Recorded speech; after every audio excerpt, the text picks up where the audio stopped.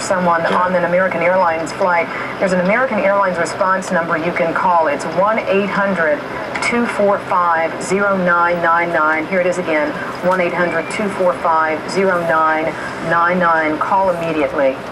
Michael Looney is with us here in the studio. Michael. So I just did an update on the schools. Parents obviously very concerned about the children attending schools near the World Trade Center.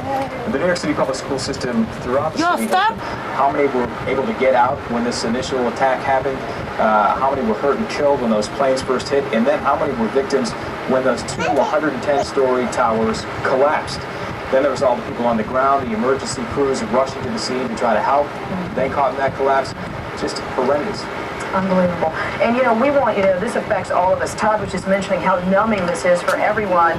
It's impacted us here at CBS, too, as well. And we want you to know that if you have relatives who work at the station, crews on the scene.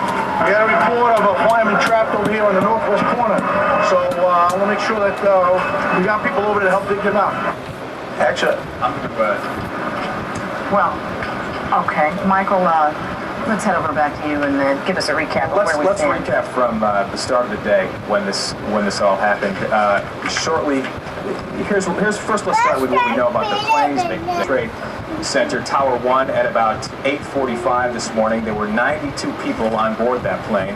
American Airlines Flight 77 from Washington's Dulles to Los Angeles crashed into the World Trade Center around 9:15 this morning. where that plane was coming from.